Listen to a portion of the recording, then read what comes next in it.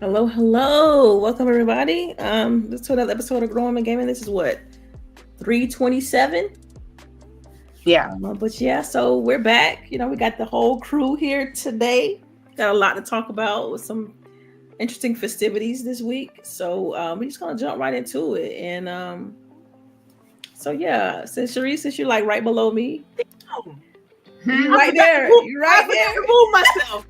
Right there. You forgot to move yourself. Yes. I did. I forgot Let's go and get into it. Welcome. Tell everybody what you've been playing. What have I been playing this week? For some reason, I jumped back into Star Rail. So I've been playing that one. I don't know why. Don't ask me that. You don't look at me. Don't no, because I tried to do the same thing, but with Zenless Zone Zero, and I literally turned it on and turned it back off because I'm like, I don't even know what the fuck I'm doing. Like, there's too much going on the screen. Like, I got overwhelmed, and I was just like, all right, I'll try this another day. I got to check in with CHAREECE first. So with same with Star Rail. So what I do like about them, they have a like in-game guide of what the story is at. Mm-hmm. So I just went back to like didn't do any side branches. I went straight into that guide, and that's where I'm at. Okay. So and then what else did I play this week? Infinity Nikki had their updates. So I don't know why I don't like the name. Probably just because of the Nikki part. The Nikki, it is. That's what I don't like about it. Yeah, I'm just like, and everybody calls her Nikki. It's her name. You can't change her name, but you can change her. Everything else about her. Okay. Let me see what else. And of course, my mobile game, because honestly, that's what I've been playing. It's my mobile game because they had a major update, got a new love interest. Oh my god! When you say your mobile game, what specific title are you referring to? Love in Deep Space. That's the one I sent y'all. You say that my mobile game, like you say in my stories. It's the story. I know it is. Those are her stories. These are the new stories, y'all. It is. We got a no title. It sounds like how my grandma would tell me about shit. You like, do you know these people? Right. Yes, I do. We go on dates and everything. Like we study together. We do work together. They bring me gifts. It's adorable. Oh wow! They bring you gifts in the game, girl. In the game, they call you and they send you messages. Like they text me more than my husband does, which is Yes. He got to step up his game, man. He got to step up his game. I feel like Tony don't really text though. Like in general. Yeah. I know she was thinking about it like, wait. Right. And let's not text him first. Every once in a while he'll send me an emoji, but like this what happened when you get, an older man that's that wasn't brought up with technology, I had to teach him how to text in the first place, so Oh, see? You're gonna have to teach him how to do it more often. See, I wish I had my soundboard. I'd be like, ooh. All right. Whoa. Write that down. What else did I knew why I didn't play that many games this week because I started school this week also. Oh, that's right. If anybody know, I forgot you still have more school. Shit. I know. Me too, girl. Me too. We down here in the South had a snowstorm. There is still snow on my ground right now. So everything shut down. Yeah. What CHAREECE meant to say is like, if you didn't know, the South got snow and everybody is acting a fool. The damn fool. Like I ain't never seen this much snow in my entire life, y'all. I saw somebody in a wheelchair on the freeway getting pulled behind a car. I was like, yo, they were showing how the alligators are hibernating in this frozen ice. I've seen videos of people on the little water boats, like sliding across the ponds and stuff. In Louisiana, they got the swamp boats on the ice. And we don't have winter clothes like that. So we're trying to layer up different things to stay warm if we go outside in it. I've seen people with just damn regular surgical gloves on outside in the snow, and I'm like, I don't think that's gonna work. But no, it's not. But you tried. You tried.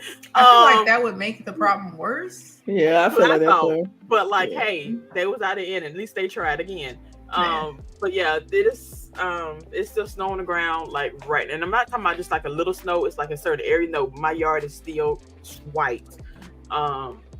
Ours is kind of melted now, but we got a little bit on the different pockets where the shade is at.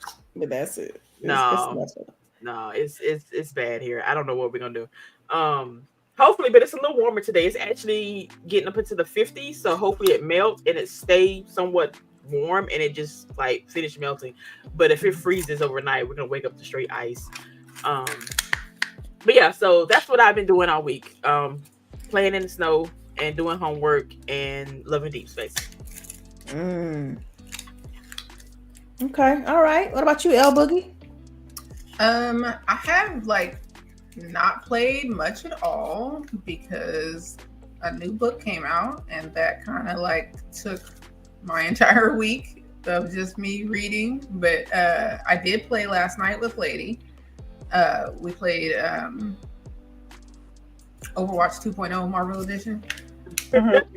And it's still good. Like there's a new map. Overwatch Killer. That's just called what it is. Right. It's like that? Yeah. There's a new map. They've respec characters. I even found a new tank that I think I like. I still like Thor. He be fucking shit up. And I'm decent with him. And I still like Storm. I want to get back to playing Storm. But like last night, you really have, like what the lady said is true. You really need 2 of each. 2 DPS, 2 healers, 2 tanks. That seems to be the best matchup for quick match. Right. But then we'll get in a lobby and everybody want to be DPS. So then Lady will be healer and I'll be the tank because it's like you have to have a tank. You can't be out there with all DPS. It just don't work in Marvel. Like you might have been able to do that in Overwatch, but they definitely gave certain characters tank because their abilities are tank, you know? So you have to have all that on the field. But it was fun. I hope we play again. I hope we can get YouTube back on. I know we got CHAREECE on one time. We haven't gotten Delilah on at all, but maybe we'll be able to get some people. I should be able to jump on tonight if y'all want to play. Oh, I don't know. I think Lady works late. I work late today. Oh, that's right. I forgot. We can do it tomorrow. I mean, it's probably too late for CHAREECE. I don't think it'll be too late for me, but What time you get off? We'll talk about it. If Oh, not, but we play tomorrow. it'd be 10:45 over there where you at. Yeah. I might stay up just for you. Okay. We can wait till tomorrow so we can. Well, we can have more time than a little bit of time. Okay. That's pretty much it for me. I finished Cyberpunk. Oh yes. Yeah. So I think you mentioned that last week. Okay. So you said I you're gonna finished. start DLC. Yep. I need to start the DLC. I finished the main story, which I don't know. The main story was kind of lackluster. Which ending did you get? I got the ending where, so I chose the cop guy as my romantic partner to talk to, and then I played as Johnny and Rogue, and then I had Johnny let me live my life at the end. Oh, that's a good one. You got a good one because mine was the opposite. Damn, lady, what did you do? I don't know, man. I just don't. Sound like you messed up. I sure did. So there's like a secret ending, but you have to have a conversation with Johnny in a specific way to get that ending. And apparently I didn't do it right, so I didn't get that one. Oh, wow. Okay. And I wasn't going to go back because it was going to be like 2 days worth of me playing. So I was like, She was like, nah, I'm good. Right. But yeah, that's it for me. Okay. All right, lady. What have you been playing? You know what I've been playing. You saw me play what I was playing. Did you, Delilah? Yeah, I did. I think so. I think I did. But go ahead and enlighten the folks. Go ahead and enlighten. So, boom. We had the GWG challenge last week, and we did 8 hours of Silent Hill 2 remake, and you know, it was not easy. It was not easy at all. So you're all the way done? I'm done. She finished. She completed. I'm trying to figure out how you started and completed a challenge without any terms. What you mean?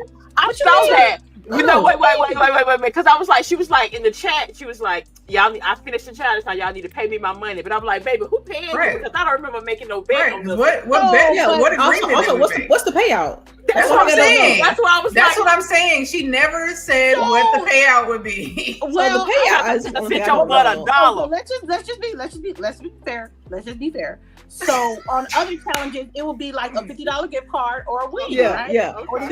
That's right. I'm thinking 8-hour streams with a break within each hour. You know what I mean? That's what I did. I don't know. I'm just saying. Well, that was very risky of you. Yes, it was. But then she didn't put on the GWG channel either, though. Right. That's what I'm saying. That's another thing. And we've always had the little rules and like what we do. And like, so it's my fault. I got a question. But you knew for weeks that I was trying to do this challenge, right? I could say the same thing to you. You knew for weeks but you had the challenge and didn't put up what you supposed to be winning. And within the 8 hours of me streaming, no one said nothing about no term and conditions of nothing. So I'm assuming it was. Well, what was you playing for? Because it sounded like you was playing for your honor. But lady, three out of 4 have been doing the same thing because you didn't stream it to the GWG channel. It was on Twitch. But you know I can't do it on the GWG channel because of how my internet set up. You knew that. You guys knew that. What does that have to do with? Then I got nothing to do with it about. Yeah,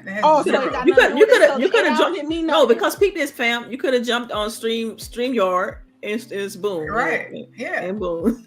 Through my iPad. No, Okay. on your computer. No, I told. The internet is. I can't even go on StreamYard. She did it through PlayStation. Then you use PlayStation, right? Yeah. I think she did. Why couldn't you just stream? Okay, listen. We're joking, but why couldn't you have just streamed from your PlayStation to the GWG channel? It's the same configuration that you would do for your own channel. PlayStation can stream on YouTube? Why not? I think so. Yeah. You know what? I ain't gonna lie because I don't know either. Like, I didn't even know that the Logitech cameras that I had wouldn't work on the PlayStation 5 until I had to buy a PlayStation 5 camera. So I was strictly bare boning it, but well, it's not. I mean, we're just calling out because it would have been nice just to have it on the, I understand that. Since all the other challenges are here, but it's cool. You finish the challenge. We ain't taking that away from you. No. Like, don't look at it like we take. I knew it was gonna be some bullshit. Bullshit, because nobody said nothing.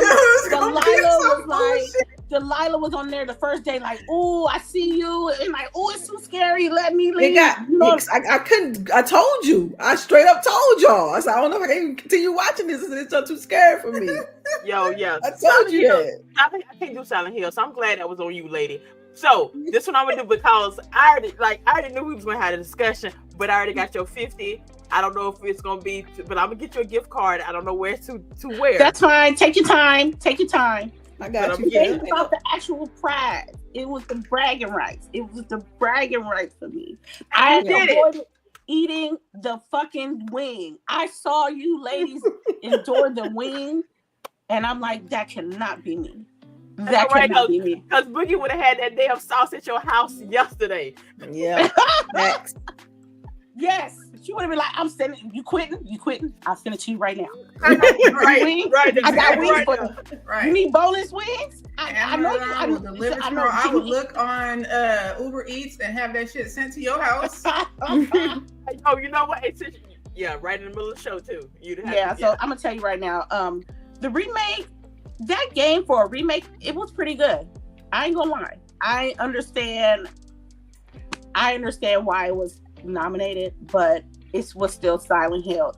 The vibes were on 1,000. If the project was to make ladies scared, that's what they did, because it was good. It was scaring me. I'm just watching. It was the lack of ammo. It was the lack of health. All I had was energy shots and syringes. I was holding to my health like it was the ring off of Lord of the Rings. That's how scarce health is in Silent Hill.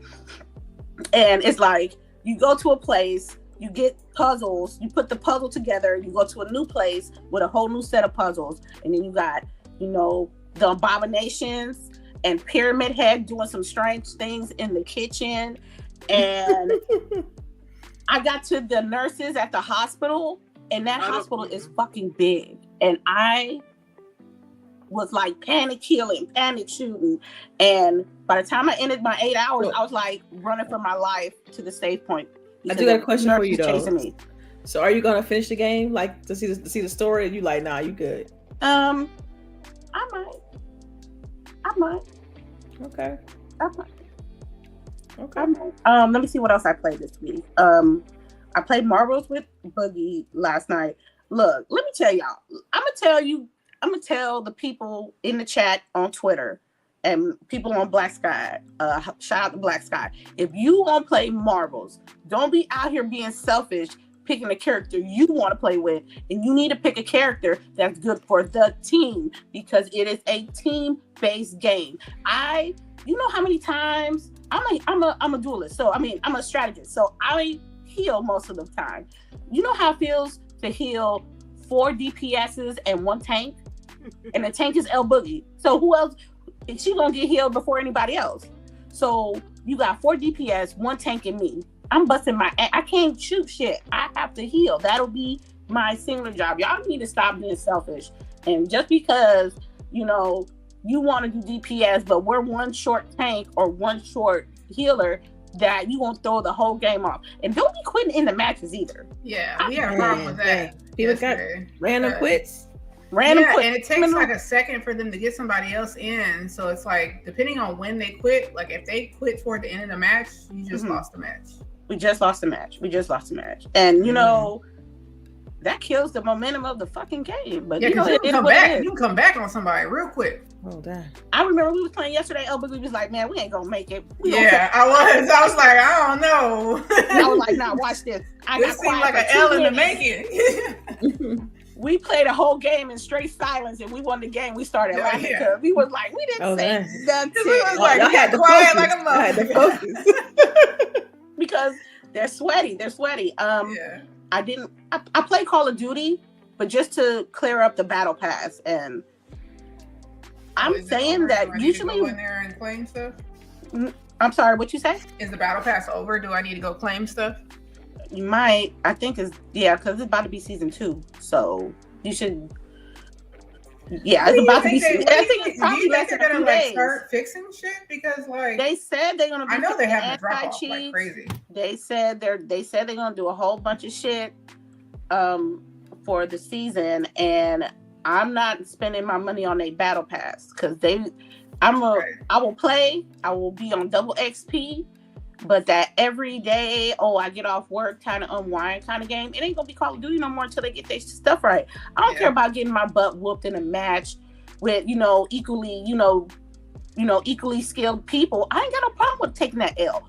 Right. My problem is taking the L because someone got Cronus in the back and, they hack walling. And one of the things that they said that Call of Duty was gonna try to implement is to shut off crossplay. I'm like, if you give us, they said you can technically shut off crossplay, but they're saying that they really want to make a way to actually cut it off so you can play with console players. I'm like, good. If that's really it, I don't have to worry about it. I can worry about way less cheaters than I'm just on console only. But when you got PC, but you still got cheaters though. I think there's less cheaters in consoles than PC crossplay.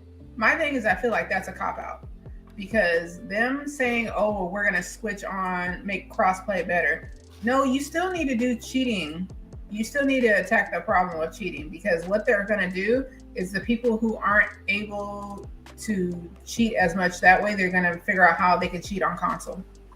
I assume that they will do something about that cheating on season 2 or get real deep with it as one of the things and like skill balances and stuff like that.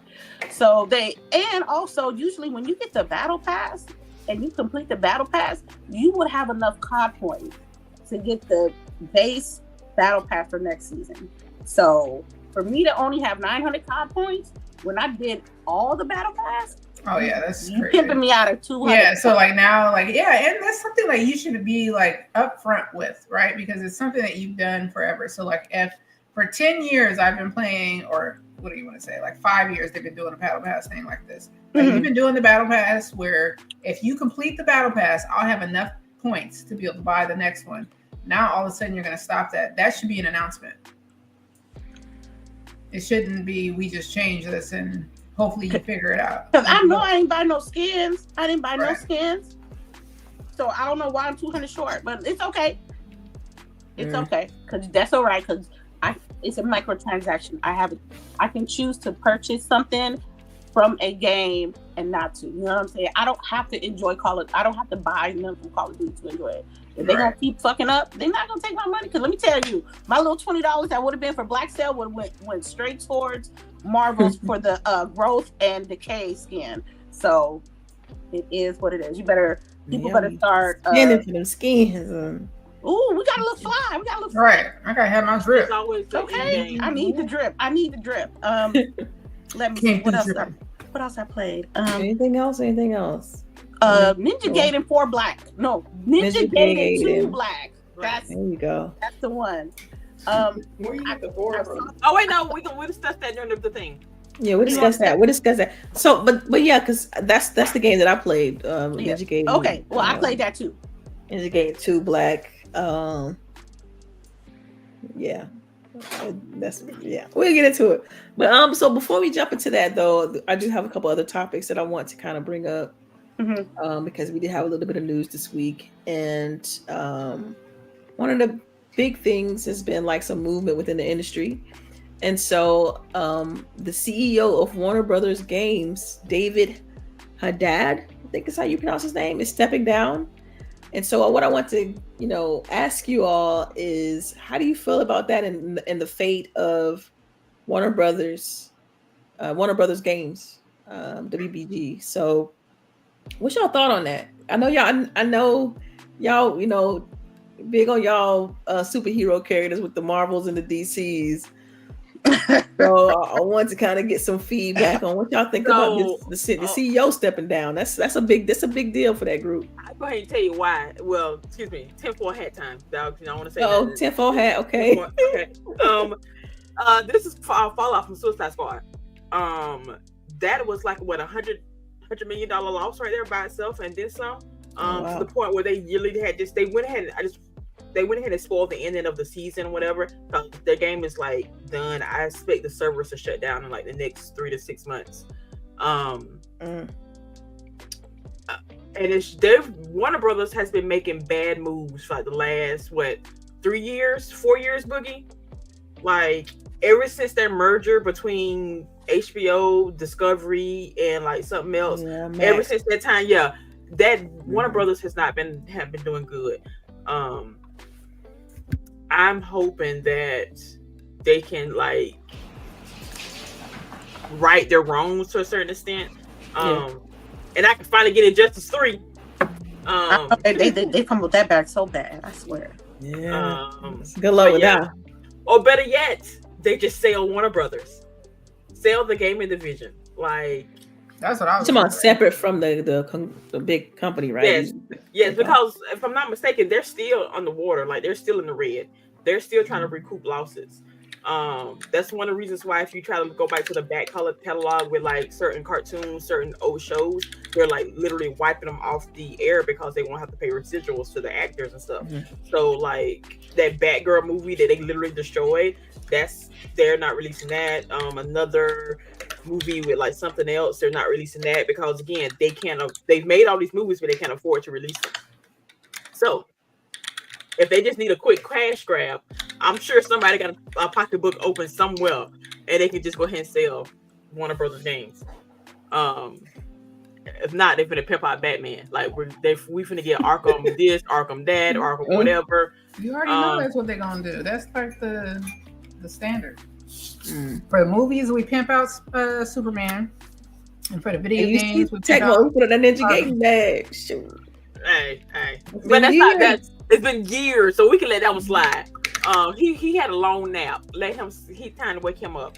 But Superman and Batman ain't had a nap in God knows when. They need a break. And that's nothing that kills me. There are other people in their catalog that can reach you. Now the HBO shows are reaching for other people because we got the Peacemaker, we got the Commandos ones, Creature Commandos, and then of course we got Harley. I don't think they're gonna do any more with her right now, though. I don't think they will either.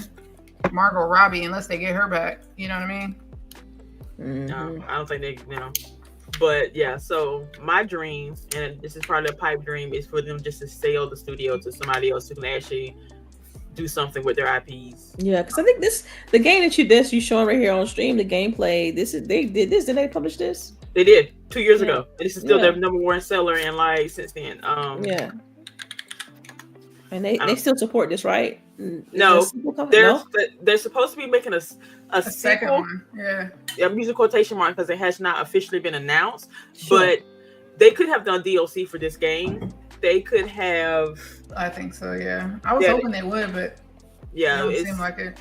No, like even if they announced DLC for this game today, I am buying it tomorrow. Oh yeah, right. It's just. Yeah, if they just went ahead and announced it, but they did a Quidditch game, didn't they? They had a Quidditch game. The Quidditch game is totally separate. She said that ain't the same. That ain't the same. Yeah, they say Nah, that's not it. That ain't the same. Yeah. But yeah, it's we right. just I don't know. Warner Brothers is they not doing right. All right, I got my tinfoil hat moment. I just think it was an easy out.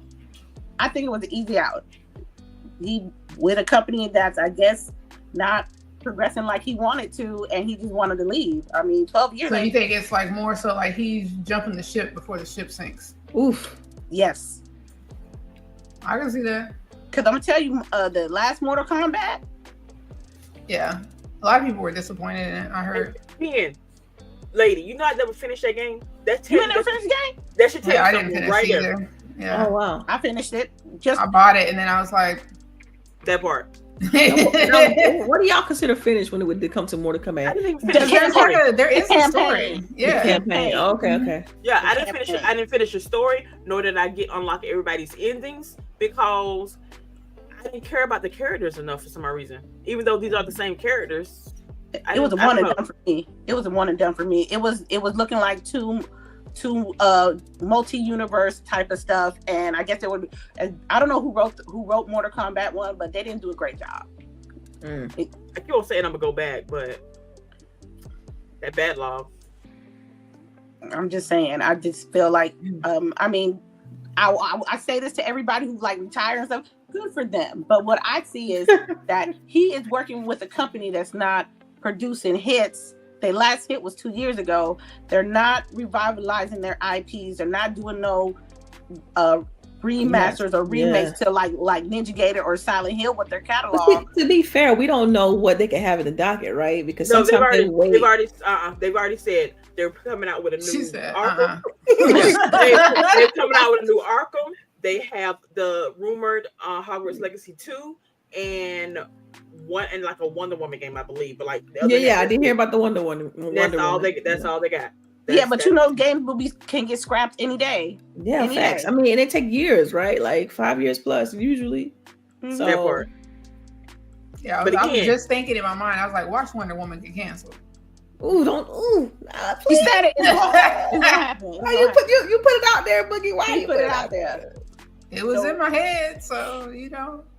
Just do Injustice 3. I would be happy with that, yeah. Brand, you finished the campaign? How about this Injustice? Because the last one was so good too. Oh my god, it was so good. So good. Yeah. Cause I'm not like a big fighter game person. Like I'll play, but I'm not like this huge fighter game person. But anyways, it was I have to play this whole fucking thing. I have to go through all the story. I have to get through this story because I want the story. Mm-hmm. Yeah. And I will always believe that the best Superman is an evil Superman. Yeah. I don't care what anybody says. The best. I'm so sad we didn't get more evil Henry Cavill. Girl. Yeah, he killed that John too. Hallelujah. And I'm telling you, why? Okay, I know Delilah is like, you guys shouldn't say this, but I'm telling you, ain't no way I'm watching The Witcher. I was just about to ask CHAREECE if she was gonna watch the first episode. Oh my gosh. I probably will only watch the first episode and then I'm gonna put it down because he might. Well, you know what? He ain't gonna be able to do the like. I want to hear the grunt. The grunt is what I need to hear. You gotta hear the grunt. You gotta hear. Yeah. Yo, the look of like frustration on his face when he was like, "Oh, this shit again." He can't pull that off. With the dirty hair and the oh my god, I just want to bathe him. Yeah. That's all I want to do. But the other dude, I feel like I need to feed him because he's so damn skinny. He's so small. Like no wait. Okay. So it's the new guy. What's the actor playing him? Thor's little brother. Thor's little brother. So okay, is he? Are they Miley Cyrus? Yeah, I know who I know his head is. I got his face in my head. Yep. But what I'm trying to say is are they doing just a younger girl? No, he is stepping in. He is stepping in. He's just stepping in there, like yes, like he's been there the whole time. Finish the story, right? Yeah. Yeah. So we supposed to pretend this motherfucker been here the whole time. I don't believe it. I can't the body shape. Yo, unless that suit he got on got right. Unless him and his brother have been working out all summer, and he done taught him the ways of the big arm man. Yo, they put him on that Marvel diet. Right. That Marvel diet. He needed for real. He needed to be on the Wolverine diet. The Wolverine diet, okay? Because Wolverine was looking nice at fucking. Was he like 60? Oh my god. Yeah, man, he was 60. Like, I'm like he was in the gym, like right. Y'all not gonna talk about me. Y'all not gonna talk about me. That's exactly what it was. You ain't gonna talk about me, right? Yo, I found a clip of that and sent it to my mama. She was like, "Thank you, baby. This way." Right. She said, "Thank you." It's like morning coffee. You know what I mean? Yeah. It was a good time. Like,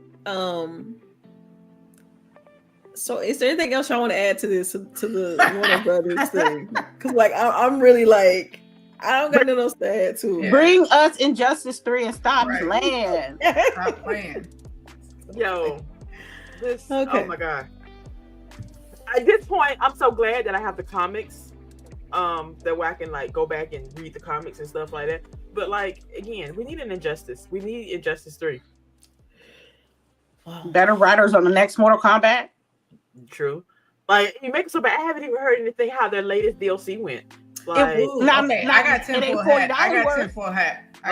This is what? Let's keep a record. This is the fourth 10 for a hat. Yeah. You know what? These are not facts. These are all speculations. This is allegedly. Okay. Yeah. But what if they haven't been able to do anything that they really want to do with those IPs because the IP is being tangled up with the erasure of the DCU and basically rebuilding it with James Gunn and everything. Like, what if they need him to figure out what the fuck he's doing before? You know what? What? Too much. That's too much. Don't bring that on me. It makes Don't sense. bring that on me. And say, oh my god, Boogie, go in the corner. Boogie. Time out. Oh my god. Oh yeah, I just need that away. I feel like he has a big enough ego to be like, y'all can't do nothing over there until I have our stuff straightened up. Plus, again, that's why they ended the CW shows. Right. Which is crazy because some of them CW shows was hidden. Yeah. All right, moving along. Ted Price, from Insomniac Games. The Spider-Man studio, another Marvel type thing, I feel like I was sad about this Ratchet and Clank and all them. I think he was like the original founder of the studio. Right. Mm-hmm. But he's retiring. After 30 years, that's good for him. Good for him. Yeah. Lay down in the sun. Take some time off. It's good for him. I just hope he got the ducks in a row and put the right people in charge to follow up after him. Because Insomniac's owned by Sony, I believe, right? Right. So it's like, so now will this be gobbled up and be more of a puppet for Sony? Because I feel like a lot of times when you have someone like him in a company where you have built the company up, right? They're the main what do you want to say? Like the main, they're the mama bear, right? They're ensuring that Sony doesn't do too much. Everything. Right. They're there for the good of the company, right? So like, is that now going to be gone? Because Paw done left. You no longer had that ally, that advocate for like the budget and the teams. Exactly. Yeah. I don't know. Leadership's tough. Leadership is so important. Like, it's a big deal because sometimes you change the top and then everything else is just make or break. I mean, we kind of well, I ain't gonna go into that, but yeah, I mean, sometimes you change who's doing things and everything else underneath changes, right? And so I just hope that, because what was interesting is when I read through this, right, his position is being replaced by 3 people. Damn. And it's just like, wow. I mean, at least they knew that they needed to do 3 people. It up into like 3 people. Right. Yeah. But at the same time, it reinforces what I'm thinking, right? Because like we've seen it even in other sectors. So like one of the my favorite company, Williams-Sonoma, they were ran for years by the original guy, Chuck Williams, who made the company. As soon as he stepped down, it was just like a gradual, down tick to quality, to their rules of engagement with customers, with their policy making, all that, right? So, that's as soon as I saw it, I was just like, damn, I hope not too much changes for them because they're a good software development company. And they're great. And they've been pretty consistent, right? Right. And they usually release, at a pretty nice cadence. We saw that with the Spider-Man games. We saw that with Ratchet and Clank. Right. They always had a good cadence, and they always made sure that the games, you rarely heard that the game was being like super delayed or outside of Spider-Man that one time. Yeah. But Ratchet and Clank pretty much released when it was supposed to, and so on and so forth. They had like at one point doing some VR games on the side. Like they always had some work and always, was basically on task. And so it's definitely going to be interesting to see what this is going to look like once they have these new folks in place, and if they're going to be able to kind of keep the same pace, and if their culture like take a hit and you kind of hear things, because I mean, y'all, they making the Wolverine game? Am I wrong? Yeah, they're making the Wolverine game. But what I was getting at is that remember last week how we talked about Sony and like the things that's going on with Sony. So it's like, man, they canceled the Spider-Man MMO game or the multiplayer game. They done canceled a gang of games. So it's a lot, right? And so with Insomniac, it's like, man, they've been to me the biggest bright spot as far as the Sony Interactive Entertainment Group. Mm-hmm. Right? Isn't that what SIE is? Yeah. Sony Interactive Entertainment. Yeah. Yeah. So it's like they've been the brightest spot and the most consistent as far as releases. Outside of like your Blue Points with the remasters, it's been mostly just Insomniac. They've been carrying. So I just hope that they still can keep the quality good. Still have a good cadence. We still get great games out of all of this.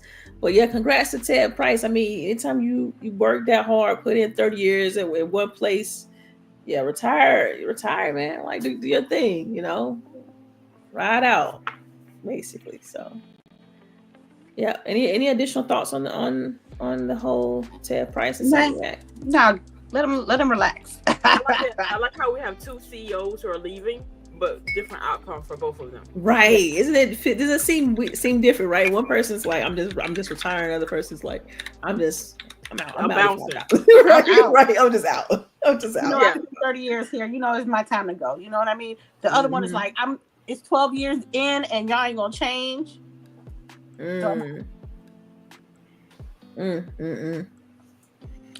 All right, y'all. So one other thing I added on the list too was about the GDC survey that went out about last year. Because this has always been a topic of discussion regarding the industry and like layoffs. And it's reported that 41% of devs were affected by layoffs in 2024 in regards to like the games industry. Mm-hmm. So it's like, man, it's kind of, I mean, it's kind of like a recurring theme, but to me that's a huge number. 41% to me is a lot. That's almost half the industry. Right, but we know just from just covering this for so long that people shift around and jump from game to game, and you got contractors that move and etc. But it's like, dude, just to kind of see this laid out, it's a little bit concerning. And I mean, I don't even know if I have a question attached to this, but I feel like this was something good to kind of share, because sometimes as gamers, like we don't see the percentage of like the turnover. We just know, oh, this studio shut down, or oh, these layoffs happen. But to me, this is like, it's drastic. Because I don't even know if any other industry matches this. Because I'm like, tech industry, what percentage is that? What about auto industry? Like, it's, this just to me seems like a lot. But it is a lot. It is. So sometimes you just gotta like think and have the perspective of that 41% sometimes. Mm-hmm. I think us as content creators and people that are really in it when it comes to gaming should just take a breather and just appreciate that people really working like it's like a do or die situation when it comes to these games at this point. It's very volatile. Yes, because if you don't make the game successful, then the chance of you keeping your job drops. You know what I mean? Mm-hmm. And go ahead. I'm sorry. I was gonna say another thing that go ahead. That kind of popped in my brain with this. It's like, what if it's just the nature of games, right? Because typically you build a game, you release the game, and then you change projects. So that's what I was curious about. Like, do y'all think it's just the nature of the industry and how the releases work? No. I mean, is this entertainment? Okay. No, because if it was just that, then this technically wouldn't be a layoff. It would be just a reorganization, or just and especially if the company hasn't even released the game yet. We're going years without games being released, but yet every 3 to 6 weeks we're hearing about layoffs. So like, it's not just the game is being over, and it's honestly, I think we need to look at how we are even doing games in the first place. Mm-hmm. Like, honestly, I understand we want bigger and better games, but it should not take 6 years for a game to come out. I don't know. That's like, we can have smaller games, people. Smaller games are also nice. Indies are great. I think oh my God. been holding it down for the past couple of years. You want to be honest? They have. And I feel like we had this conversation where we said like, maybe we shouldn't be going for so many quadruple A games. You know what I mean? Like, because it takes so much resources, it takes so much time, and you don't know if it's even gonna, work out. And it's like, it's a lot of risk to those. And while I love to play those type of games, right? Like Cyberpunk is like, still looks immaculate now. Right. Yeah. But, are you going to be able to wait 10 years? Even for BG3, right? Like, it's 10 years of work there. Mm-hmm. GTA, what's the one? What's 6? 6? Mm-hmm. Yeah. So it's just wild. I mean, I don't know. I just hope that, the industry as a whole, like, get to a level of stability to where we won't see this is a high percentage of layoffs. I want it to be, better for folks. I'd want to see more too. Like, okay, so those many people are laid off. How many of those people are consumed back into the industry? Mm-hmm. Because that tells me a better picture. Yeah. Because Yeah, I mean, to be fair, we don't know all the variables on how this was drafted, right? Right. So, but I mean, only time will tell, and hopefully, 2025 is better, for folks. We can hope. We can hope. All right, y'all. I already want a refund, so. Already? I don't like your game. I'm refunding quick. Oh yeah, quick. Y'all think gamers are a little bit too? I don't know. I think because sometimes I do that. Like, I would be like, maybe we to be so super judgmental on things when it comes to games. We want very specific things. We want things to look nice. We want to play great. We want the best frame rate. We want XYZ. We want the game to be fun. Like all of this. And it's like, sometimes do you feel that like gamers want too much? Oh no! Sure. I was when talking the about games just cost $70 a pop, no.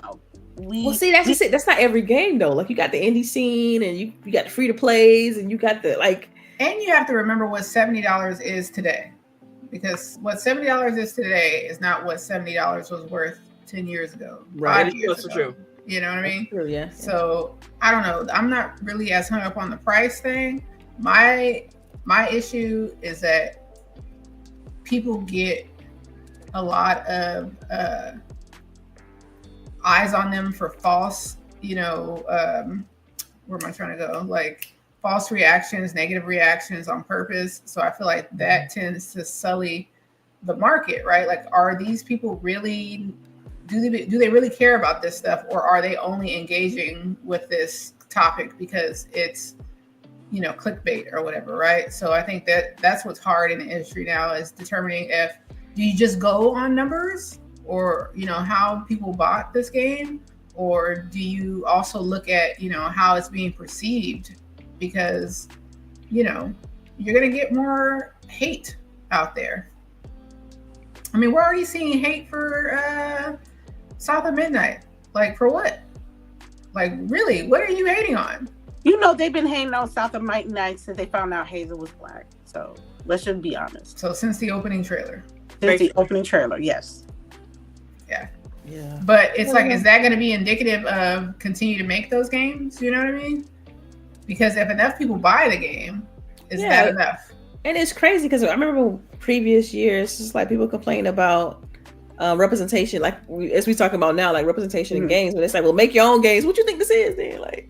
I was like, y'all saw that direct. I saw all the women, right? Right. So like, we went out, we got the jobs, and now we're making our games.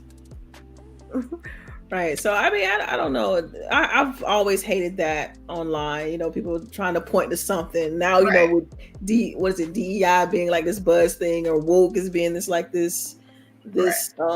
they basically a slur. They basically term both of those things. It's like a negative connotation and a slur, and so it sucks because they always pointing out Sweet Baby Inc. And it's like, y'all they don't understand how consulting firms work. Usually that's like 15-minute conversation. That could be a 15-minute conversation. That could be an hour conversation. That is not the full time of the game's development in some cases.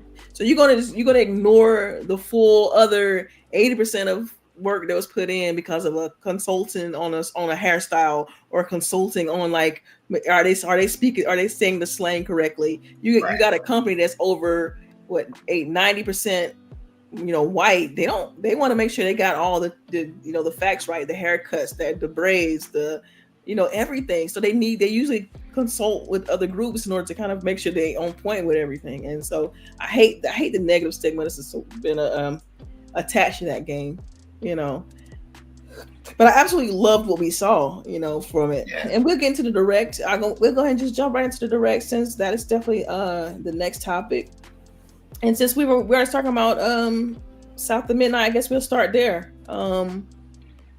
Man, I can't wait. Since we saw the first trailer, when they did the teaser, I've been hyped about this one, because it's Southern folklore, action adventure game. That's my favorite genre. So I'm diving. Like, I am so ready for this. They went with this like stop motion art style. But at this point, I feel like everyone's seen it, and so yeah, I'm definitely looking forward to it. I don't know what I felt like the way they paced out the show in general was really good. And so I definitely want to know what was your standout from the show? And also, but first, before we get into all of that, what do you think of South of Midnight? Give it to me. I want it now. Inject it into my vein. Yes. Right. April 8th? April 8th, is that the date? I want to say. Yeah, because one comes out April 8th and then one comes out the end of 24th. April. 24th, yeah, because I know it was like, one beginning and the end, and then the other one comes out in May. Yeah. Like, y'all was killing me. Right, but I loved it. I love the fact that they had dates, because that was one of the biggest complaints last year, was the fact that they showed the games, but they didn't necessarily attach it to a date. So I thought that was a great way to kind of improve the show. I enjoyed it. I just didn't want to see too much, because same. They did show a lot. Yeah. You expect you like, oh well, I saw this because I saw it from the direct. Yeah. So when it came to South of Midnight, I knew what it was, but I really didn't pay attention because I want to be fresh. I want to have my. I feel like the games come out when it says it's in April. I feel like, man, by that point you've been forgot. Some shit might went down. I will forget. Right, you're gonna be. It's some other games coming out because you got Monster Hunter, I think, and some other stuff coming out. So hopefully by the end, your brain's been like emptied somewhere out, else. All of that stuff. And I'll end up be like, and for me to not really super spoil myself with the game by looking at too many things about the game, let me know that how much I want to play this game. You know what I mean? So I'm excited. The story. That's the biggest thing for me. Like, I hope this story, like, I just hope it grasps me and just don't let go until the end of the game. Like, tell a great story. And I felt like when I look at Compulsion's previous games with like We Happy Few and Contrast not so much, but definitely We Happy Few, they really, it was so underrated. Yes, absolutely. But I feel like the open world nature of that game did it a disservice, because they really did a decent enough job though of telling the story of like, being on the, what they call, I can't remember what they called it, the pills, the happy pill, yeah. Right. So it's like they did that, and the people the world would change as you would wean off the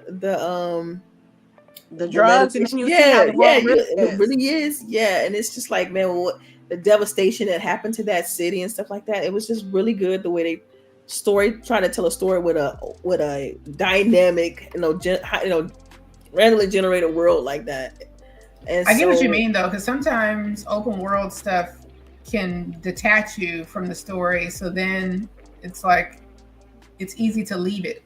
And you want something you that just keeps you get into the routine. With open world games, you get into the routine of like, oh, let me go get this, let me go grab that. You're not even really, you stop focusing on the story so much. You're just trying to gather and get better and And so We Have a Few was a little bit different. It tried to give you these story beats throughout.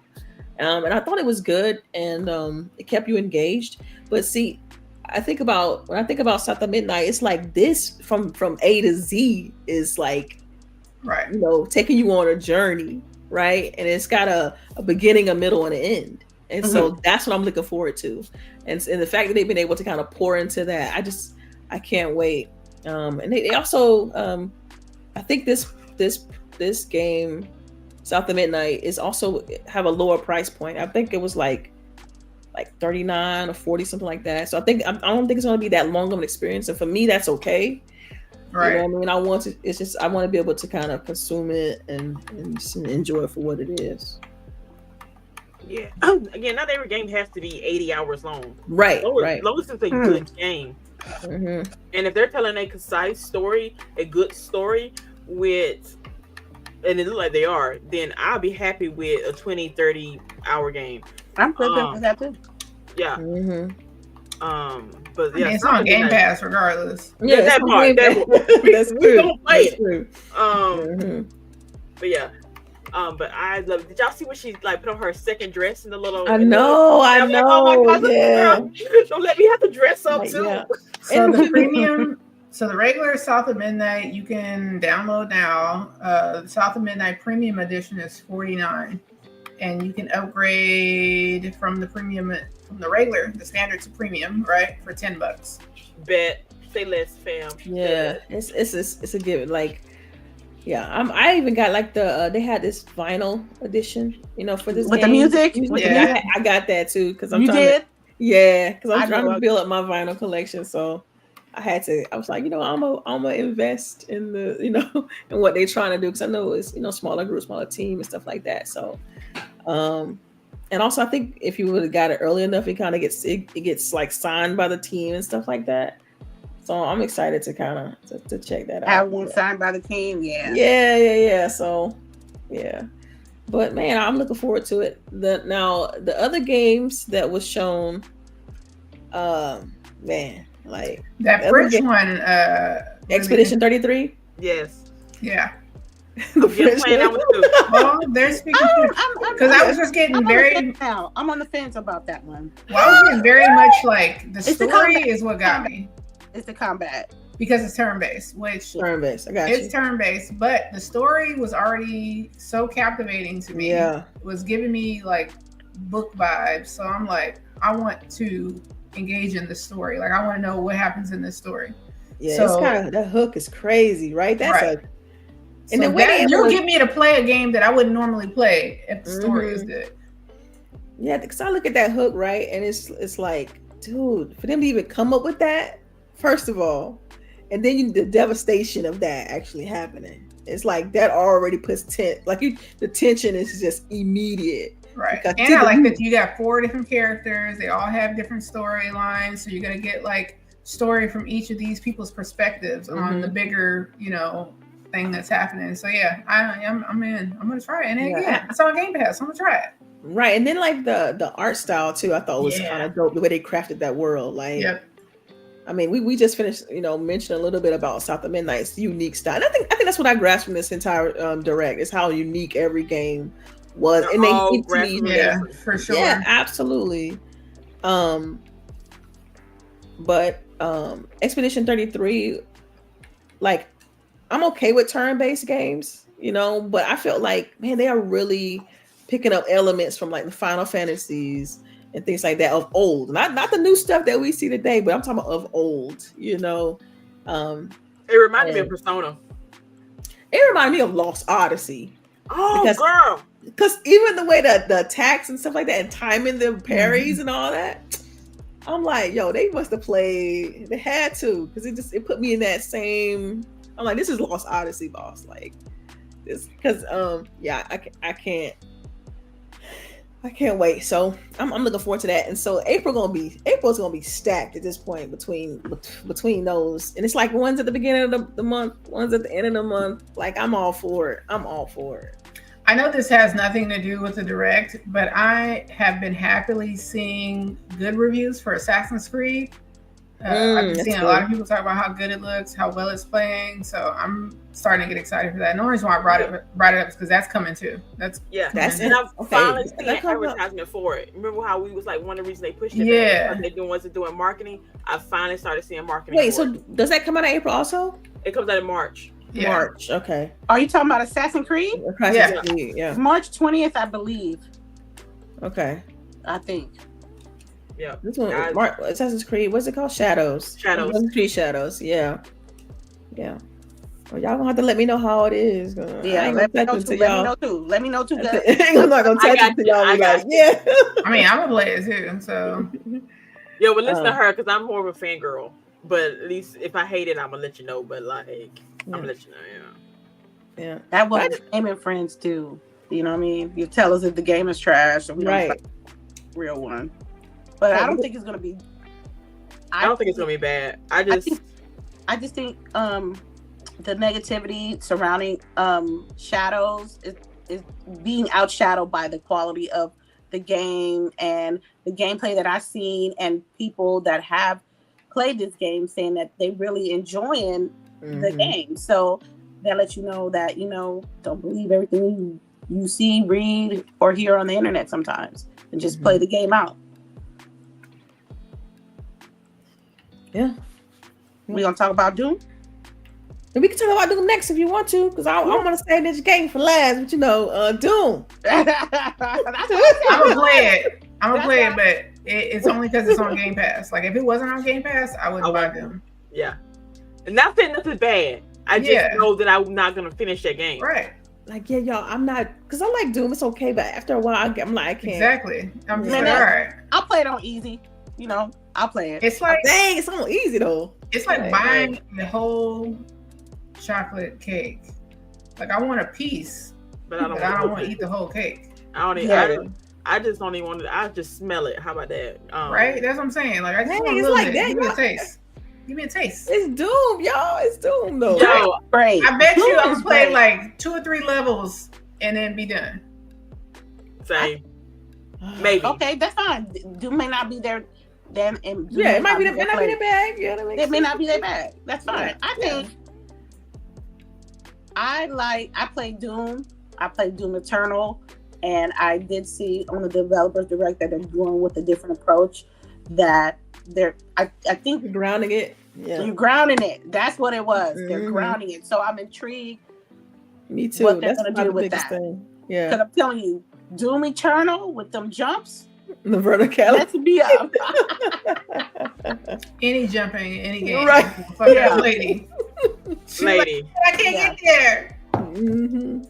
I'm not. Hey, at least I admit my flaws, but it was a good game. Doom Eternal was a great game. It gave me the vibes, gave me the blood, gave me the guts. You know what I mean? Gave me the scary runaround. So I'm intrigued on what the newest installment would be, and I want to see how it feels when you play when it's grounded. You know? Yeah. And the graphics looks amazing. I mean, the last one looked good. You know? Mm-hmm. And that's like maybe like the same engine, right? I think it is. Well, I don't know. Is it Unreal? Did they use Unreal? I don't know. I think so. Mm-hmm. Or was it etiquette? I don't know. I have to look that up. But yeah, so I'll probably just being fully transparent here. I probably won't. I'll probably try it because Game Pass. You know what I mean? Why not? You know what I mean? Why not try it? But it's not. It's rarely like I put a lot of hours into that game. So why are you giving us shit about it? Because you're picking on me and CHAREECE like you're not about to do the same shit. I mean, I am. I'm giving you a hard time just cause, you know. She said just cause. So, devil's advocate kind of thing, like you know. But I'm with y'all. I'm 1000% agreeing with y'all on it because I'm in the same boat when it comes to that game. The game though that you know, I was pleasantly surprised by. If you know me, you know, and the original game is in my top 5. And like y'all, I mean, you talk about grown woman tears, like you was crying. You was crying in the meeting. I just was like, oh my god, because like I know some things obviously, but I don't know the third party partnership stuff. And so this right here, it just because y'all know me, I've been asking about another doggone Ninja Gaiden forever and a day. We put in the chat. Delilah's gonna be happy. Hey, like, where's she at? Right. I was working. I'm like, they had this thing at 1 p.m. Eastern. I'm at work. I'm in meetings at that time. There's no way I can just like slide away. And then you gotta have it on the second monitor on low. With this I did, but I had it like in the corner in the back. You know, I wasn't looking. I just had it on. But you was trying on the peep. Yeah, we had a group. It was a group team meeting. I had to focus. Had to pay attention. Yeah. I didn't want them. Don't you hate them meetings? Like I can't just sit here and listen. Third party listening. And look, it'll be just my luck. They'll call me. They'll be like Delilah, you know? And then I have to be like, okay, yeah, what? But yeah, so no, my favorite is I was level 1 listening, which means I was not listening at all. People say that level 1. Yes. I haven't ever heard that level 1 listening. I hear it all the time. I usually say I was multitasking. Hey, yeah. So you about to dive in on listening? Oh yeah, but I'm definitely diving. I'm like, and then just the way they built it up and they showed you like, because first of all, I love Ryu Hayabusa, and so they showed this new kid. And I'm already like, who is this? Where is Ryu? Who is this? Like, where Ryu at? I know he lived in the third game. I'm gonna kick your ass, Delilah, because this is the same. You doing the same thing that we talking about with Henry Cavill in The Witcher. You like, who this? I don't know you. Who is your mama? It's a video game. It's not a real live TV. It's not a TV show. It's characters. It's characters, fictional characters. But I'm already like, where's Ryu? Like, hold on, who is this? Who this dude with this gray hair? Where we got him? But yeah, y'all, like, I went crazy. I wish y'all could have been in here and hear me screaming at the dog going, oh my God. Oh, really? Like, yeah, I was freaking God, out. there'd been a fly on the wall. Right? Dog probably was like, I was like, because y'all know, I guess there's a select few games. I'm always like, where they at? They need a sickle. Where's people at? Yeah. And this is one of them. This probably, besides the only other game that's probably been toted as much is Splinter Cell. I would lose it. I would lose over Splinter Cell too. Completely lose it. But I heard a ton of people saying the same thing, like, we're Ninja Gaiden, why we haven't done that? So yeah, I'm happy for y'all. Yeah, finally, I get a dub. You get 2 dubs. Right? You got 2 dubs. You got a surprise dub Right. And Let's get into it. So like so you know how you watch it, right? And so they go through it again. So I was like, it's kind of long. They kept dragging a little bit. I'm like, this is kind of lengthy. But when he said he got one more thing, I'm like, oh, what you dropping? You're dropping something. And man, when they showed that they was dropping it today, Black, like Ninja Gaiden 2 Black, I'm like, let's go. I've been talking about on my phone trying to preload, and it's never up on time. Yeah. I waited about 2 hours, then I downloaded it. So I'm sitting there on my phone, I'm like, okay, let me try to load it. Let me try to get it. And man, so I was able to install it. I couldn't get to it because I still had to work. Think about it, what time they had the show and stuff. So I'm still like meetings after meeting and, stuff like that. But man, I was so happy to finally kind of get it installed and play. And it's just like 10 minutes into playing Ninja Gaiden 2 Black. It's like that muscle memory kicked right in. And I was like, I hadn't left just because I remember all the combos and everything. That's just how much I love that series, Well, I'm glad you got it. I hope to see some gameplay of you playing the main game. Maybe we can get you to play the 4 on the channel so people can see you, Yeah. People like watching you play. I think y'all just like to see me when I'm playing the scary games because personally, yes. Personally, yes, I like love seeing you play the scary games. So we also Delilah be like this. Enjoy it. That should be funny as fuck. For me, y'all have the most weird stipulations. Like the lights got to be out. You gotta play at nighttime. Right, exactly. Right. I'm like, why do I have all this? Like, oh my god. But so thank you, Phil. He knows. Thank you. Because Ninja Gaiden, baby, let's go. I am intrigued because one, I never played a Ninja Gaiden game. And the first time I played it was yesterday. I still can't believe it. This morning, Friday morning. I played it and I was like, ooh, this is something I might can get jiggy with, you know what I mean? And then like, okay, Ninja Gaiden 4, I can even do that. And then I was about to like hit up Delilah and say like, do I have to play the other titles to get into, the 4th installment? But then they had the 2 remastered. I was like, oh, okay, cool. 89 gigs though? 89 gigabytes? It's pretty though. It's pretty. It's 85.99, which is just like how. But just put 86 up there, like right. Just put 86. Yeah. So I'm for someone who's never played it before, I am enjoying it, and I love the combos. I love that certain weapons go well with certain enemies because you cannot like run with one type of weapon the whole game. I mean, you can, but it'll be difficult with certain enemies, so you have to like switch it up. So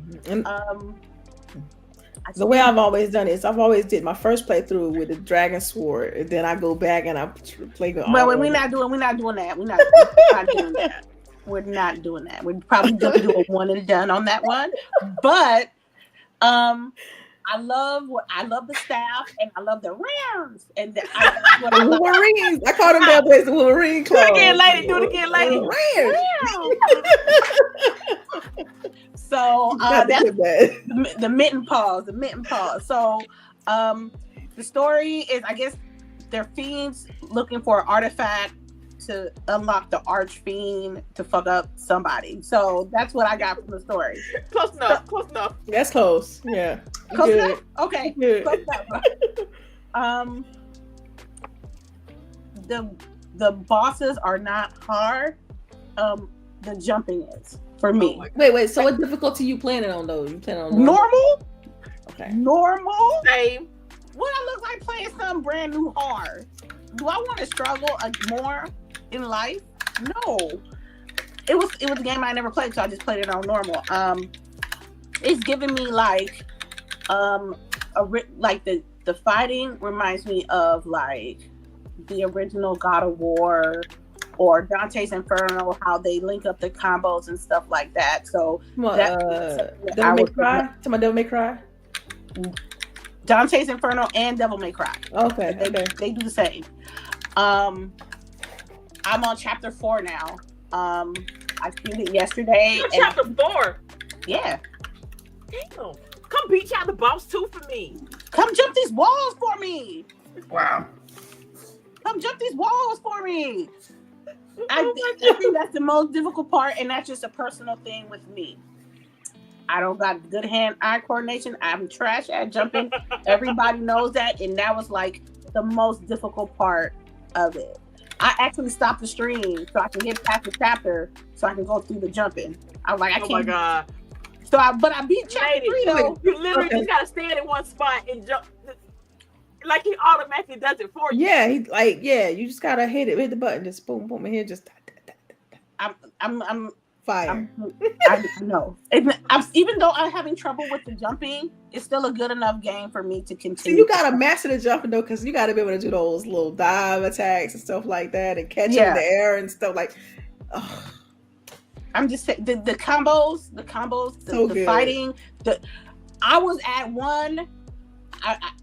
I was very excited at chapter 2 when you finally get the rare, and then it seemed like every time you get a new weapon, they're like, here's some enemies, go fight them. You know what I mean? Mm-hmm. Or like, oh, there's a new jump mechanic. Here's some white stuff on the wall so you can just jump along it. You know what I mean? Mm-hmm. So that's how it is with each chapter. So when I got the claws and I was in the courtyard and I was learning how to fight, I said I was very excited because it looked good, like the blood and the guts and the decapitations and the, chopping the leg off. Yes. And you cut them in half, and then you can just jump and cut, like kill everybody in one swipe. Get them down low enough, you can just combo. I was like, infinite combo kind of thing. So good. So, yes, I can't wait. I think this is what, and I'm like, this is what the definition of what gaming is to me. Dude, I was getting so like, oh man, what is it? The feels 2000s, 2008, 2000, what was it? 12, like the era of game. Like that's golden what age. I feel. Golden, yes, like just all about fun gameplay and just action, fast paced, and just,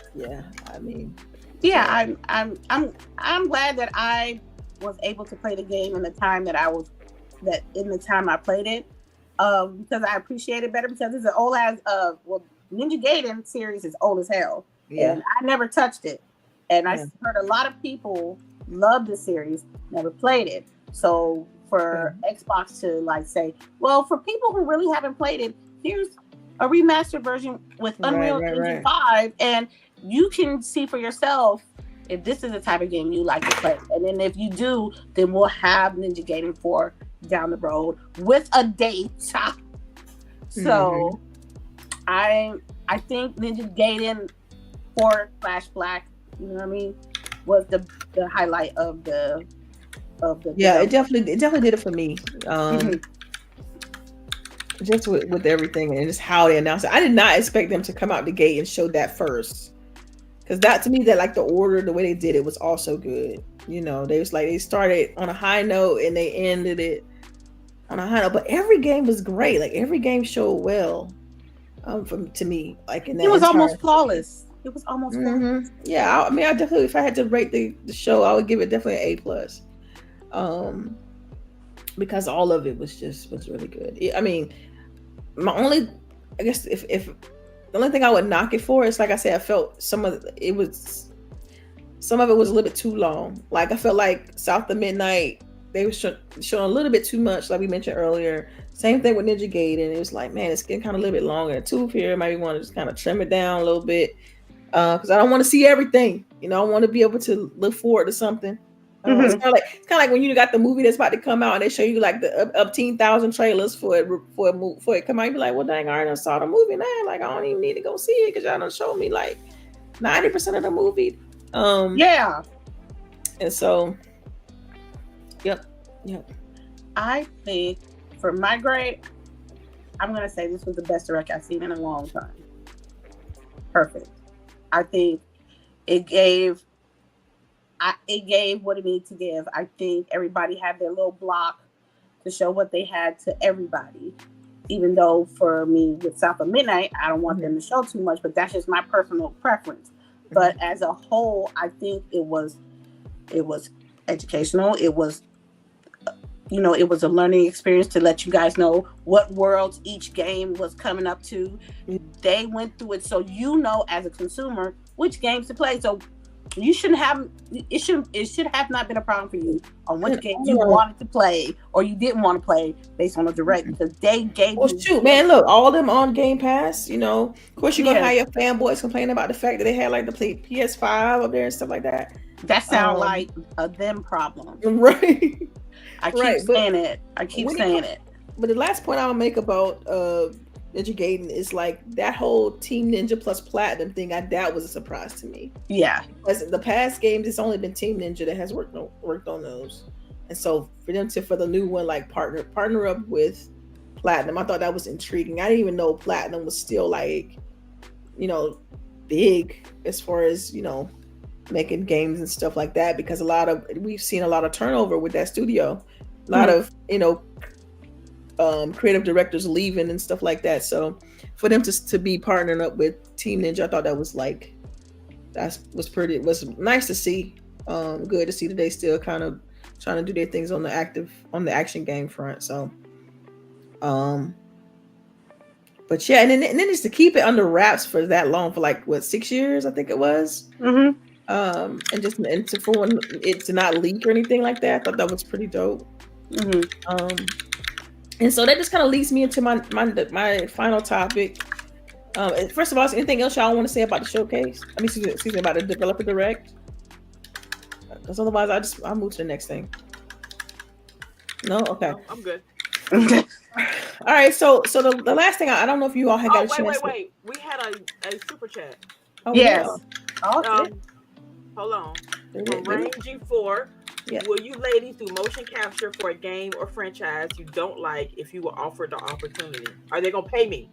Yeah, it depends on the dollars and the cents, my friend. You talking about we're not doing it for free? Right. We're not doing it for free.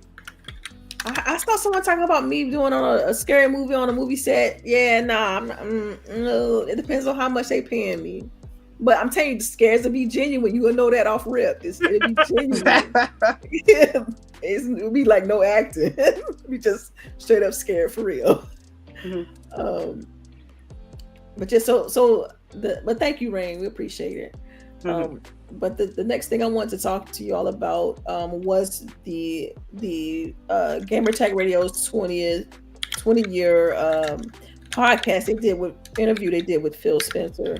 I want to get your impressions on that. If you guys had a chance to watch it, if you hadn't, that's fine too. I could just kind of give you a quick little rundown of what was talked about. Yeah, do that. Okay. So in the interview with Gamertag Radio interview with Phil, they touched on a few things. And the gist of it was that basically, Phil, they doubled down on their whole multi-platform strategy, but also doubled down on their importance of hardware and why they feel like hardware is important to Microsoft and that whole strategy. And I thought it was a really good interview, and I thought, Phil, he does what he always do, right? He's very well, as far as media trained and things like that, and know what to say, when to say, how to say it effectively, and then usually, like in most cases. And so I thought he did a good job of framing all of that. But I definitely wanted to get you all's opinion on how y'all feel about the multi-platform strategy and also the hardware. And what y'all like to see, because they talked about a lot of things. They talked about even handheld, and just that there's basically a plan for all of it. And so, what do y'all feel about? How do y'all feel personally about the whole multi-platform strategy? Do you even care at this point? I care a little bit because not everybody gonna have everything, so I'm gonna care a little bit. So for someone who owns an Xbox, you want to know, it's good that if you're like a primary Xbox person or primarily playing on the Xbox, you know, with being on that ecosystem, you can play on your TV, on your phone, on your iPad, on your handheld. The accessibility is what I'm starting to appreciate now, because I can play, you know, I can play my game here. I can pack up my iPad and a controller and a set of headphones. I can go to like Sacramento, you know, prop up my stuff and, you know, play Call of Duty or, you know, play cloud gaming, and I'm okay with that. If you at first I'm like, you know, I was really fangirling, and I at first was like, you know what, I can't stand y'all just want to put it on everything. We should have it for us. All the good shit should be for us, you know what I mean? But I understand that with how technology is evolving, and I understand that Microsoft and Xbox want all their products in multiple things. I can understand that now. At the end of the day, it don't bother me because I can play my game on my platforms that's not Xbox. I'm just blessed to be playing in multiple consoles. So if it's on Xbox, I can choose to pay the extra dollars and play it on PlayStation. Will I pay the extra dollars to play it on PlayStation? Hell no, because I'm on Xbox. We're going to get it on Game Pass. We're going to get it for the no additional cost. You know what I mean? So if you're not on the ecosystem of Xbox, you going to have to pay that tax. It is what it is. If you want to play Ninja Gaiden, you're going to have to play it. And you only got a PlayStation, you're going to have to play that. So you're going to be prideful and be like, oh, I'm PlayStation till I die, or you just going to eliminate the love of gaming because it's restricted to the console. You know what I mean? If that makes sense? Yeah. It does. I mean, I understand. Like, because I feel like I've been on both sides of this, right? Like, I do understand. I understand. And it's one thing that he said in that interview that really kind of... you know, stuck with me, but I'll mention it here in a minute, but I do understand the fanboy narrative of like, you know, if, you know, these exclusive games, so what was, you know, the perceived exclusive games go to the rival platform, then what's the incentive to purchase the hardware? So I get that argument. I get that like trying to build that narrative and why, you know, fanboys think it's like important to have, and I think it's important too, to have some level of exclusivity.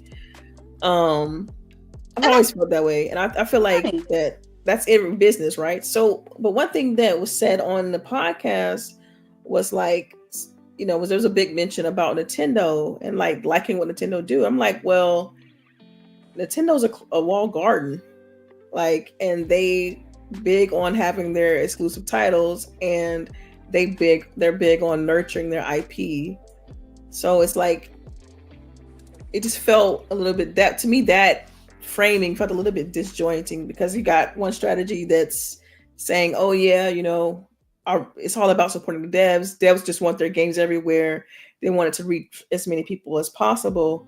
But then you're praising a walled garden, and you know, it just felt to me that was a bit like, it's also, if you're going to compare Nintendo to Sony and, well, Xbox at this point, I'm not, no shade to Nintendo. I'm already waiting for Animal Crossing to drop. Their games do not cost as much as these Xbox and Sony games. Like, anyway, I'm talking about the production of them, development of them, not price. The price. Because we all know Nintendo does not do sales. So for them to even recoup their losses, they would have, especially with us not really, you know, Game Pass, we love you to death. When was the last time we bought a full price for a video game on Xbox? That part. Warhammer Space Marine 2. Full price. Wait, okay, ma'am. I was answering your question. Good job, ma'am. Good job. I can't remember last time I did. I've paid for the upgrade some games, but not necessarily full price for a game. Fair point. So, like, yes, they have to recoup that money from somewhere. So it makes business sense for them to put them games on PlayStation or PC, or at day to day. Because now, back in the day, you would get a PC release, but it'd be like years down the line. Nowadays, that is like Yeah, more people, more publishers are doing day and date, right? Yeah. Console, PC, yeah. Except for Nintendo. Except for Nintendo. Because again, they don't have to, because they know in the long run they're gonna get that money. Like even now, Animal Crossing, you're still gonna pay what $50-$60 for that game, regardless. That game has been out since when did COVID happen again? 2020. Yeah. They're gonna get their money regardless. It's just but I don't know, but it's like what Nintendo does as far as their IPs, they're nurturing, they're building up. Even if a game doesn't sell well, they'll still invest in an IP, just because it's all about building those fan bases, right? And a level of loyalty. They got a insane level of loyalty when it comes to their brand and their games and their IPs. I equate it to like your iPhone, iPad, Apple-based product type crowd. Like they just got a loyal set of folks that is gonna, they ride for them. They, whatever the next Pikmin come out, they're there. The next Zelda come out, they're there. Metroid, they're there. Like Splatoon, like give it to me. Mario Kart, and like I can only play Mario Kart on a Nintendo platform. And it's like, okay, so they do it better than anybody. So for me, it's like, wouldn't that not be a blueprint? Like, would you not do the same thing as far as nurturing IPs and pouring money into like doing the same thing with like, trying to have some level of loyalty? But to a certain extent, they do. It's just that when they do like do stuff for certain IPs, they're milking the franchise, or they need to let this rest for a while. Franchise fatigue. Yes. So like, what do you want from them? Either again, we're clamoring for a new Mario Kart because we haven't had one in almost 2 generations, because the one we had on the Switch was basically a rehash of the one that was on Wii. But yet when we got a new Halo, people were upset. Because this ain't, but yet, what do you want? What do you want, people? Right. Because you remember, like before they did the whole thing with purchasing the studios, they did, they had the whole Halo, Gears of Forza, right? It was just like that's what's the narrative. Then you had your what's it called? I'm blanking on it now. I'm blanking on the other IP. Anyway, it's like they've tried, right? They've tried to invest in new IP, and so you have a lot of, and this is where I get upset, because it's like they had a ton of games that dropped in 2013 that I thought were very had high potential and that they could have invested in, right? I'm talking about like Quantum Break. Like I felt like that's where Control kind of was able to kind of grow from that and make a new IP from that. But really, you could have had a Quantum Break sequel, and the way that game ended, like there could have been one. Right, the cliffhanger was crazy. Like I was ready for like, okay, they're going to announce a 2 any day now, because this cliffhanger is wild, right? Same thing for like a bunch of other things that they released. Like for instance, Killer Instinct, right? They did that. That was also a 2013 title. We haven't got a sequel from that. But then you see all these other fighting games released, like your Street Fighters and your Mortal Kombats and your Tekkens, and it's like, to me, I guess that's where I get a little bit like annoyed. It's like, okay, you could invest in these IPs, you can build this fan base, but that's not where that investment is going. It's like they have this whole thing. It's so interesting, and it's obviously things that I've talked about before in this podcast. But so I thought the interview was good, and so my call outs is just things that kind of bother me. You know what I mean? And so when y'all get a chance, since y'all didn't get a chance to listen to it, check it out. It's not that long of a podcast. It's about 26 minutes long, the discussion. And Paris, because it's David Pena and Paris that are hosting the show, and of course you got Phil there, and they do a good job of like asking the right questions. Paris is really big on like what's basically trying to flesh out the strategy, and that's basically how those questions came about. Of like, what are they doing as far as like sharing the portfolio with other hardware, and then also, what is the new hardware outcome? Like, is it still a priority for Microsoft? So you know what my whole issue, not my issue, but my thing about the multi-plat, Xbox games going over there, it's just that the case-by-case study, like, I understand it, but I wish it was more detailed. Like, even though for me, I'm not buying this shit on PlayStation. I'm just gonna put that out there first.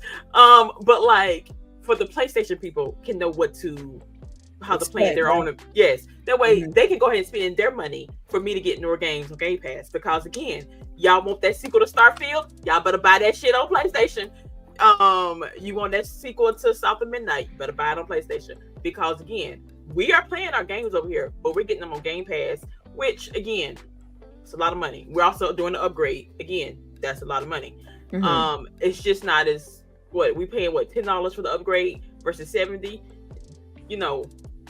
Hey, but that's the incentive, right? That's why you sign up for Game Pass. That's the subscription. That's the value. That's the value right there. Wait, again, Game Pass is $20. Stop saying it's $15. It's $20. Game Pass Ultimate $20. I keep on forgetting it's been $15 for like forever in my head. Like, it ain't $15 no more. Remember back in the days they used to give those away. Like, we had the $1 card. Good old days. Yeah.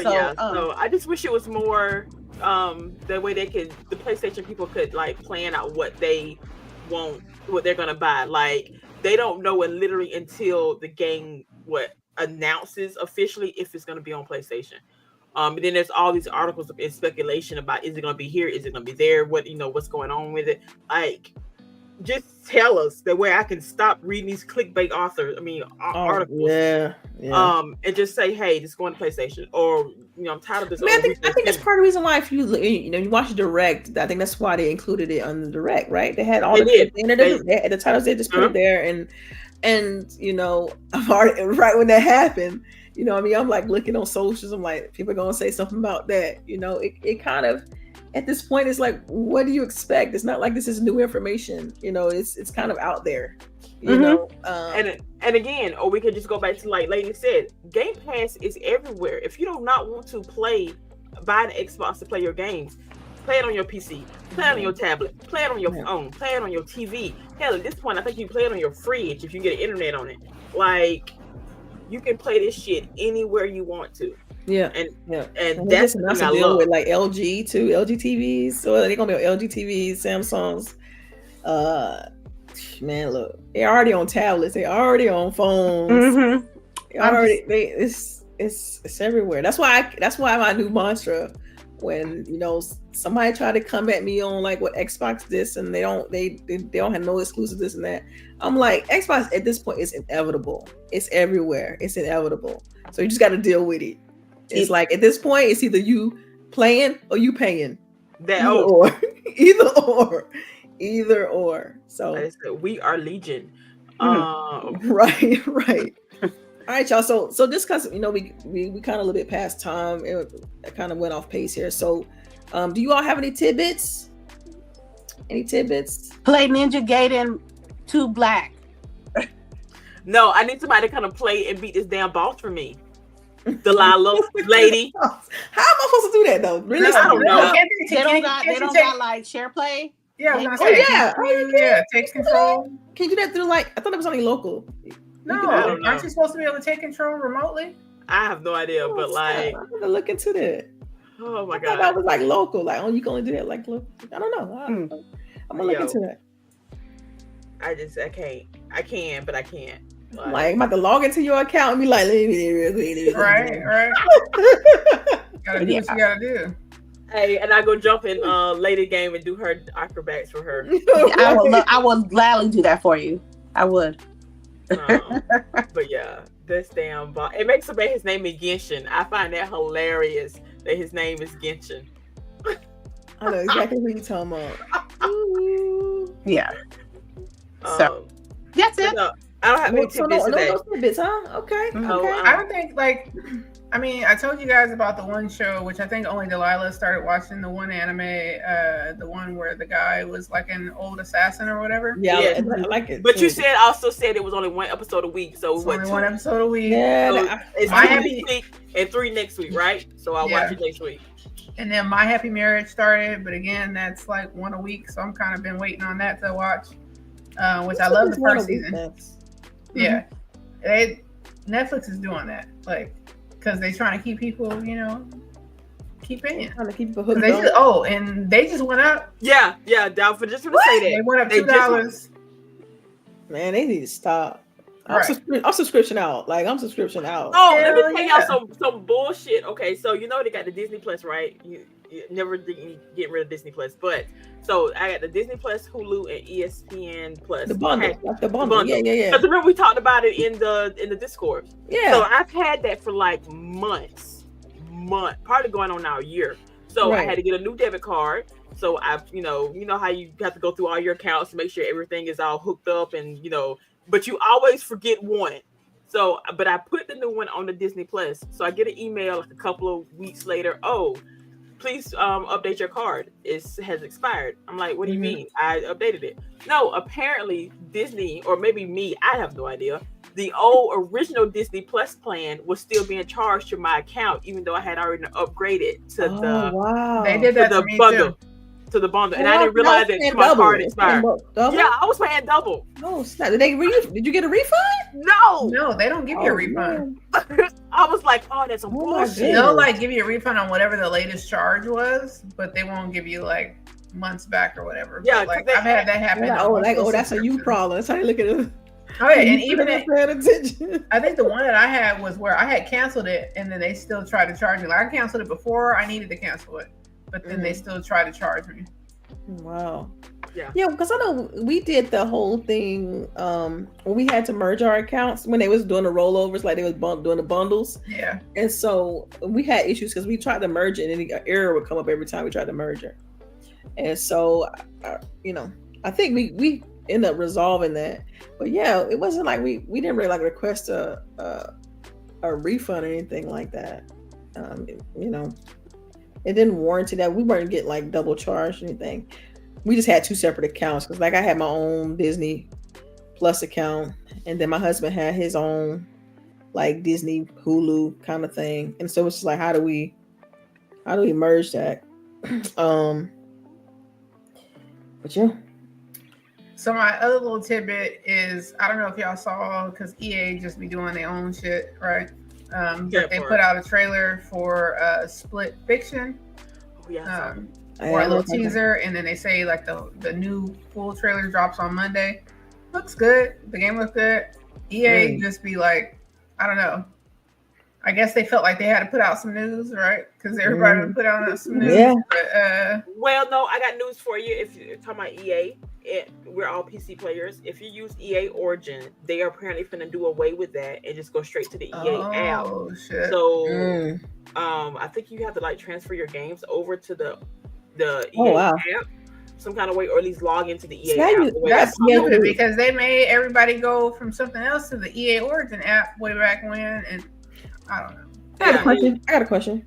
Yes, so like, because I have Game Pass Ultimate, and so that includes EA Play. Yes. So, but am I missing games by not having the EA thing, or can I still use the PC? No, that's the PC version. That's actually separate than EA Play. Okay, I wasn't sure. Yeah, so if you don't play EA games on PC, you're totally fine. But if you do have, like, I think I have like The Sims, a couple of Mass Effect games. Right. I think it's like the end of the month or maybe the 1st of February when it happens. So just check it in that if you do EA Origin on PC. Cool. All right. I don't really play it on PC, like EA games on PC like that. So, and y'all, I don't mess with Sims. So, y'all really want to get back into Sims so bad, but I'm like, oh, do I want to take that drug? That's a job. Do I want to take that drug again? Oh man, it's like selling your life away, girl. Especially with all the packs they got out now, because we ain't never getting 5. We ain't never getting that shit. You know what? No, tidbit. not a tidbit, but I'm finna get on the Boogie because I've been watching this gameplay of Hogwarts Legacy, and you have been using the I sure the fuck am. You using the curses, and you've been killing folks left and right. Hell yeah! You murderer. I'm whopping. I'm whopping all these motherfuckers. Like, so okay, y'all see the people. If y'all look at y'all go back and watch this. Anytime the light I want her. It's just the Cruciatus curse. What that? Curse. Not the other one. Anytime the light is green, she's using one of the unspeakable curses, and she's used the one I think she's used the God, what is the one that you on point is straight death? She's used that at least 3 times. No, I haven't. You see right there, the one with the pins in the hands is the Cruciatus curse. Yep, that's it. It's on the little thing right there. But every time when they pop up, see that green X on them, that means that she just cursed them. Right. The Cruciatus curse. Playing the game high and they allow it. She doing it. Hell yeah. That means So you playing the game, not doing none of the unforgivable. None of them. I didn't do any of them. I was like, I can't do it. I literally cannot do it. Man. They in my arsenal. That's like playing a military game and they tell you, yo, we got bullets that'll go through armor, and Shareece's like, no, that's too hard. I'm gonna get the non-armor. Regular bullets. I'm gonna use a melee weapon. Right. Hell no. It's like, oh my god, we gotta play to win. Okay. And you are working people. Like I sure am. There was somebody walking across a little thing, and it fell over. I'm using it on bad people, so I don't feel no remorse. This is also true. This game was so good, man. This game, so good. But you see me. I'm whipping it. I know you see me. I see you. I know that. Ooh. The best one is still when you turn them into chicken. That's so hilarious to me. But I just thought I pointed out how she's like murking. Yeah, she's trying to out me, not knowing I don't give a fuck. Yeah, she don't. She really don't. I was like, All right. All right, y'all. So I'm gonna go ahead and we can jump into outros then, since there aren't any more tidbits. So I'll start from the bottom then, since I start from the top at the beginning. Go ahead, lady. Tell the fine folks where they can find you. You can check me at X, TikTok, Instagram, Threads, Black Sky, YouTube, Twitch, Lady Infamous 415, all in one. Thank you everybody for showing up. Everybody from Blue Sky, welcome. Make sure you like, comment, subscribe, share it out to your people. Everybody on the X side, thank you for stopping by and hanging out with us. It depends how I feel this weekend. If we'll probably do wall rock the Ninja Gaiden 2 Black maybe today after work. If not, we'll do it probably tomorrow morning, and we'll do PlayStation games next week. So it'll be Silent Hill, Final Fantasy VII Rebirth, and Black Myth Wukong. And it just tell a friend. Hell yeah. Hell yeah. I was going to say the same thing. Right. Black Myth Wukong. Yes, because, it's hard. It ain't like Elden Ring. Ain't no hand in there. So, yes, it is. Elden Ring's tough, too. No, I think as far as like handhold, there's no hand holding in Black Myth. Nobody. Look. I don't know about y'all, but with Elden Ring, the only difference I would say, if they don't have it, is that with Elden Ring, you're able to go find builds and stuff like that online or something. But maybe you just need to go ahead and do a search. But I feel like they're both. There's no hand holding and fucking. Right, they both tough, very difficult game. I'm just, there's no multiplayer, bam, and that's the difference. You mean you can't call for backup? Okay. No, you can't call for backup. It's all that made more sense in the argument, right? Hell yeah. Hand holding was like, right. Yeah. Thank you. Thank y'all. That's it. All right. So LBOOGIE. All right, y'all can find me on everything with the same name, LBOOGIE0208. I'm on Blue Sky, Threads. Although Threads has kind of become my book place. No. Yeah. Well, it kind of has been my go-to, but I talk more about books there. And then I'm on Instagram. And yeah, you're not gonna find me too much on X anymore. I literally only came back to talk about South of Midnight just because I know like I have more of a following there. But yeah. Cool. All right, CHAREECE. All right, everybody, it's your girl CHAREECE here, and again, thank y'all so much. I am on Blue Sky and Threads talking about any and everything. Yeah. I just been having a good old time during the show today, laughing and great time today, giggling and my feet. I'm gonna give me something to eat because I hear my stomach rumbling. Right? Yeah. I'm sorry. I'm so sorry. But so yeah, everybody, make sure if you're from the South, if you're from the deep South, please still try to stay warm. It is deep South. Warmer to the, it's in the 50s, but like the temperature is still supposed to drop later on tonight. Some places still have snow on the ground, like my area still has snow. And we don't know what the shit do with that. They had to shut down school for a week, like it was bad. So yeah, I want everybody to stay warm, wash your hands, wash your ass, wear some lotion, and take your medicine if you're sick. Stop coughing on folks, people. I know that's right. Yep. And yeah, I'm Delilah.hd. You all know you can follow me on Threads and Blue Sky, just like these ladies, and catch me right here on GWG on Saturdays, 1 p.m. Eastern. And yeah, man, we'll catch y'all on the next one. Thank y'all. Have a great weekend. Play some games. Play some games, please.